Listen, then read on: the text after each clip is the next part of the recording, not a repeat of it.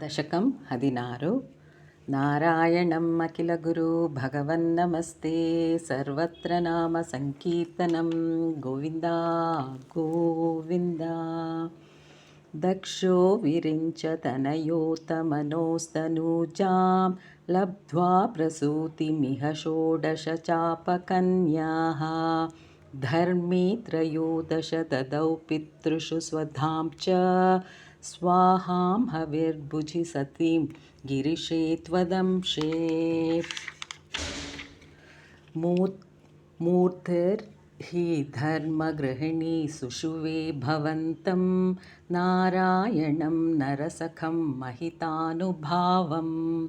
यज्जन्मनि प्रमुदिताः कृततूर्यघोषाः पुष्कोत्तरान् प्रववृषु नुनुवुस्सुरौघाः दैत्यं सहस्रकवचं कवचैपरीतं साहस्रवत्सरतपः समराभिलव्यैः पर्यायनिर्मिततपसमरौ भवन्तौ शिष्टैककङ्कटममुं न्यहतां सलीलम् अन्वाचरन्नुपदिशन्नपि मोक्षधर्मं त्वं भ्रातृमान् बदरिकाश्रममध्यवात्सीः चक्रोथ ते शमतपो बलनित्सहात्मा दिव्याङ्गना परिवृतं प्रजिघायमारं कामो वसन्तमलया निलबन्धुशाली विविकैर्विकसद्विलासैः विद्यन्नु मुहुर्मुहुर्कम्पमुदीक्ष्य च त्वां भीतस्त्वयाथ जगदे मृदुहासभाज भीत्यालमङ्गजवसन्तसुराङ्गनावो मन्यानसं त्विह जुषध्वमिति ब्रुवाणः त्वं विस्मयेन परितस्तुवतामथैषां प्रादर्शयस्व